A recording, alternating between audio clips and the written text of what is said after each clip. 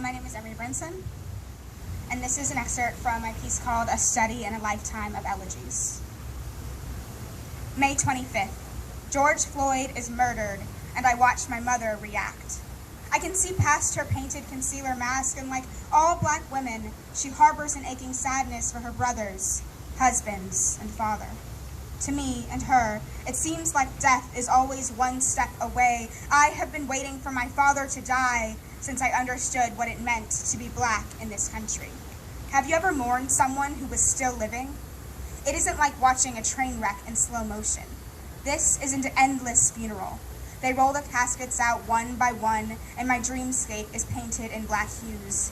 I wake, gasping with the image of my little brother laid in white, burning behind my eyes.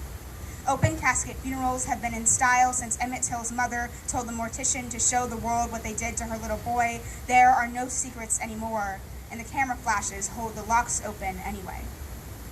There is an ache that wraps itself around my ribs. It is a constant noose of loss. For the first time, I am able to see the fearful beast that bears its chest in the place of a person. Understand, this country is committing men to death by prejudice and perpetrating genocide on a systematic level. I have mourned more men in my 18 years than I dare say most will lose in a lifetime.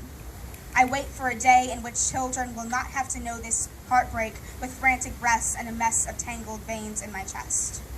We are no stranger to fear. It has taken the shape of maggots to eat away at my insides since I learned the difference between denotation and connotation. In these terms, the space between what black means and what this country hears instead is big enough to hold a slave ship worth of bodies. I am afraid of losing myself in the mass of people who cannot help but see me as less than. I am terrified of watching my family die at the hands of a nation that does not care about them. Still, I am slowly learning how to turn fear's shape into something more. I have spent a lifetime studying the elegies that define the lives of girls that look like me. We live, trapped in the grip of injustice and death. Every day we are threatened with the stench of terror waiting around every corner to remind us of our place. Still, we have a choice. There's loss all around us, yes, but there is also joy. While videos of police brutality circle the internet, inspiring messages of hate and disgust and reminding us that we are in a world that sees us as inferior, still there are videos of women with broad hats waiting to serve hungry children with warmth and love.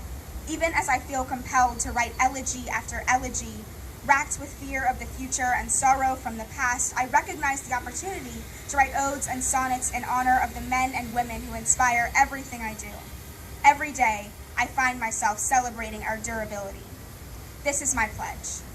I will elegize and mourn and dig into the melancholy sitting heavy on my mother's shoulders, and yes, I will fear. But I will also move this world one step closer to understanding and compassion and overwhelming love whenever I can. I have the opportunity to bring understanding to the people who want to learn, and I have the opportunity to learn myself. Maybe this realization, the recognition of the complexity of our world, is the distinction between girl and woman. I am still learning what it means to exist as a sister in this country, but what I know is this: the time for mourning is over. This is not the age of fear. This is the age of resilience.